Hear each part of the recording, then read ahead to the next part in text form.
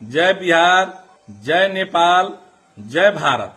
सभी बिहार की जनता, बिहार के सभी पार्टी के जनप्रतिनिधि, नेतागण, बिहार के सभी पुलिस अधिकारी और पुलिसकर्मी, प्रशासन लोगों से मैं अशोक यादव, मध्य प्रदेश का पूर्व विधायक एवं जसपा पार्टी के वर्तमान प्रदेश अध्यक्ष एक संदेश देना चाहता हूं। आप सभी को मालूम है कि नेपाल का भारत के साथ क्या संबंध है और मधेश में जनकपुर है, यहीं पर श्री राम जी का ससुराल है और मां जानकी का घर है। हम उसी मधेश के रहने वाले हैं और मधेशियों को नागरिकता से लेके तमाम तरह के जुर्म, मधेशियों को उपनिवेशी बनाने का जो चल खेल हो रहा था और मधेशियों को नागरिकता से लेकर हरेक हिसाब से जो दमन किया जा रहा था, उसके खिलाफ में मधेश में आंदोलन चला था। जग जाहिर है, मधेश जन विद्रोह में हम लोग लंबे समय आंदोलन का नेतृत्व करने वाले में एक अशोक यादव भी शामिल था। मुझे पुलिस प्रशासन ने भी बहुत जुल्म किया, बहुत टॉर्चर किया, लेकिन जनता के, मधेश के जनता के बदौलत हम बाहर रहे और फिर मधेश राज्य का गठन किया गया। ये मधेश के राज्य ने अभी भी खसवादी अधिकारी है जो कानून का मजाक उड़ाते हैं, जो कानून का दुरुपयोग करते हैं, जबरन रात में कार्यालय खोल के अपने लोगों को फायदा और कमीशन उठाने के लिए रात में कार्यालय खोलाता है। मैं एक जनप्रतिनिधि हूं, जसपा का पूर्व विधायक हूं। जब जनता ने मुझे कहा रात्रि में कार्यालय खुलता है, मुझे विश्वास नहीं हुआ, तो मैंने कहा कि फोटो या वीडियो भेजो। फिर फोटो भेजा, फिर मैं अपने से गया वहां और मैंने एसपी से बात किया। एसपी ने हमें साले कहकर गाली दिया।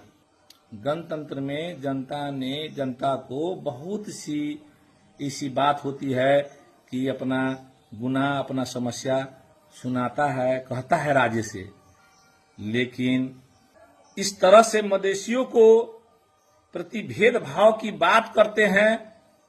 ये जो पहाड़ी जो शासक जो कहते हैं खसवादी शासक, वो हम लोग को पहले से ही दमन शोषण के हिसाब से उस नजरिया से देखते हैं। स्वाभाविक सी बात है, मेरे मुंह से भी अब शब्द निकला, मैं एक आंदोलनकारी हूं। जिस तरह से भारत आजाद हुआ और आजादी से पहले एक आंदोलनकारी का क्या भूमिका होता है, वो क्या करते हैं, हम मधेसी आज भी आंदोलन की लड़ाई लड़ रहे हैं। और आपको बता दें कि भारत में नेपाल के आंदोलनकारियों को शरण मिलता आ रहा है। शुरू से ही हरेक विभिन्न किस्म के आंदोलन हुई और आंदोलनकारी कोई अपराधी या हत्यारा नहीं है, लेकिन स्थानीय स्तर पर सरलाही के एसपी और डीएसपी गुंडागर्दी करते हुए भारतीय सेवा क्षेत्र में सेवाई इलाके वाले होते हैं, उनको गलत आपदा दे करके हमने गलत काम किया। हमारे रिश्तेदारों, मेरे रिश्तेदारों के ऊपर, मेरे रिश्तेदारों के घर में जाकर छापा मारा और छापा मार रहा है अभी तक।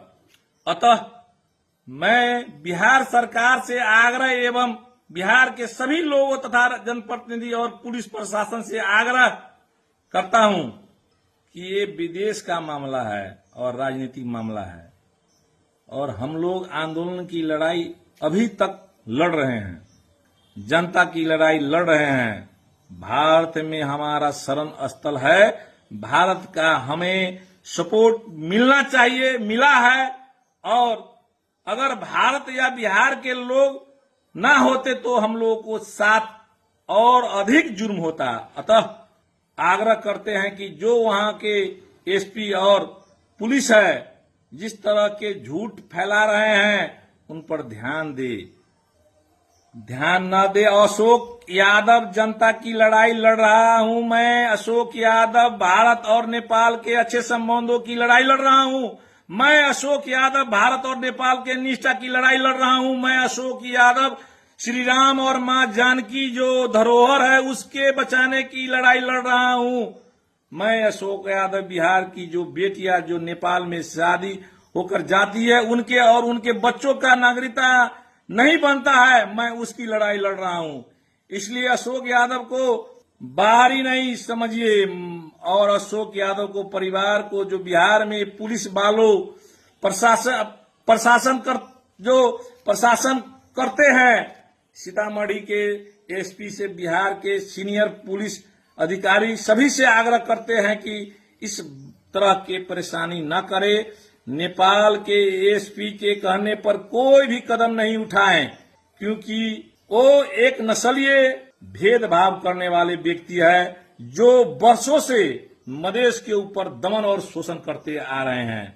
खास करके जो हम लोग मधेश के आंदोलन में 63 साल से अभी तक अनवरत रूप में लड़ाई कर रहा हूं, हम लोग बहुत क्षति बेहुरे हैं और आने वाले दिन में हम लोग उस क्षति से भी नहीं डरने वाला हूं क्योंकि जो ये खसवादी शासक अभी भी चाह रहा है, हम लोग को जो इस संहिता आया, हम लोग को जो इतना संघर्ष करने के बाद में जो उपलब्धि मिला उसे बहुत बड़ा अभी भी दमन शोषण उस पर लगा हुआ है, वो लोग कर रहा है। इसलिए मैं आग्रह कर रहा हूं, हम लोग को बेटी रोटी का संबंध हम लोग कहते थे, बेटी रोटी का संबंध है। हम लोग को बहुत सी बेटियां, बहुत सी भाई का शादी विवाह हम लोग को नेपाल और भारत में हो रहा है, लेकिन ये नस्लीय चिंतन करने वाले लोग जो खसवादी हम जिसको बोलते हैं, आज भी नेपाल में मधेशियों को दूसरे दर्जे का नागरिक वो कहता है। हम लोग बहुत बार क्या सोचे थे, इस देश से मधेश अलग होना चाहिए, लेकिन स्वाभिमान के लिए हम लोग नेपाल मेरा देश है, मैं उस देश का नागरिक हूं, वो भी मैं गर्व हम लोग करते थे। लेकिन इस दमन शोषण से हम लोग को भीतर से बहुत बड़ा अब आने वाला दिन में विद्रोह होने का संभावना है। हमारे सीके राव जी ने बिगुल फूका था कि स्वराज मधेश अलग हो, सही बात है, मधेश आज न कल अलग होगा।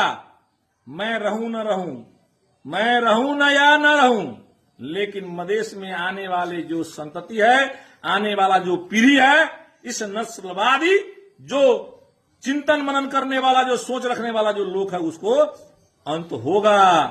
मैं कहकर जाता हूं, मुझे गम नहीं है, मैं मरने से नहीं डरता हूं। आज भी सुनते हैं कि ये एसपी और डीएसपी, मुझे हंसी भी आता है, मुद्दा पर मुद्दा दायर कर रहा है। मैं दिन में वीडियो बोला था, कहा था कि सैकड़ों मुद्दा दर्ता होने से भी मैं नहीं डरूंगा, जितना मुद्दा दर्ता करना है वो करो, लेकिन मैं राज्य से कहना चाहता हूं, इंसाफ मिलना चाहिए, न्याय मिलना चाहिए। न्याय को बंदी बना के रखिएगा तो अंत होगा।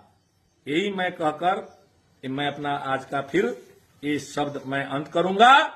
फिर दूसरा एपिसोड में मैं आऊंगा, मैं बताऊंगा मधेश के जनता को, और वैसा गलत करने वाला को मधेश के जनता नहीं छोड़ेगा, ये मुझे पूरा विश्वास है। धन्यवाद। जय मधेश, जय बिहार, जय नेपाल, जय भारत।